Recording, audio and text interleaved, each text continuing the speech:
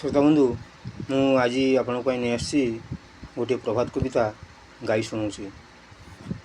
अंधार को ग्रासी सूरुज प्रकाशिला प्रभात, तारका लुचिले गगने प्राची हेला लोहित।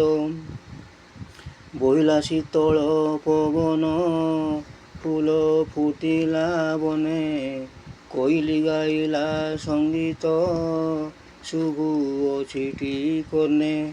भ्रमर भ्रमरी पुलके गाए विभु संगीत, प्रजापति फूले उड़ीण करे मानस प्रीत। काउरा बिलाणी डालरे कुकुटर कुहाट, नवीन प्रभात आसीछि एबे उठ रे उठ। उठिले धरणी निवासी कोलाहले भरिला, संतान को ओखे धरिण पृथ्वी राणी हसिला। घंटी बाजुअछि मंदिरे मंत्र पढ़े पूजक, पूजा थाली धरी भकते खरे चलती देख।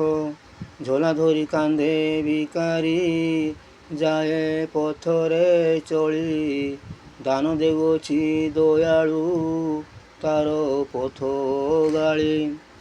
लंगल कांधेई कृषक जाए बिलकू तार, मुड़ी साथे पानी ईश्वरे देख करिछि भार।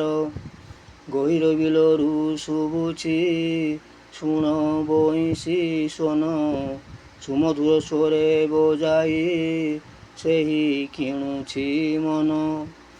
धन्यवाद कत कलारे मधुकर प्रभात, विषाद दूरेई प्रफुल्ल हेउ सभिंक चित। गाई जगुआल पिलाए गाई नेइण बने, खेलुछंती तास आनंदे बसी दुब आसने।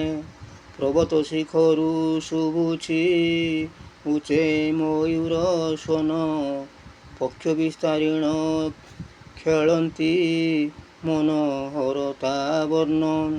संगीत गाउछि नाउरी नीरे चलाई नाव, नदी पार तार बेउसा एथु पोषे कुटुंब।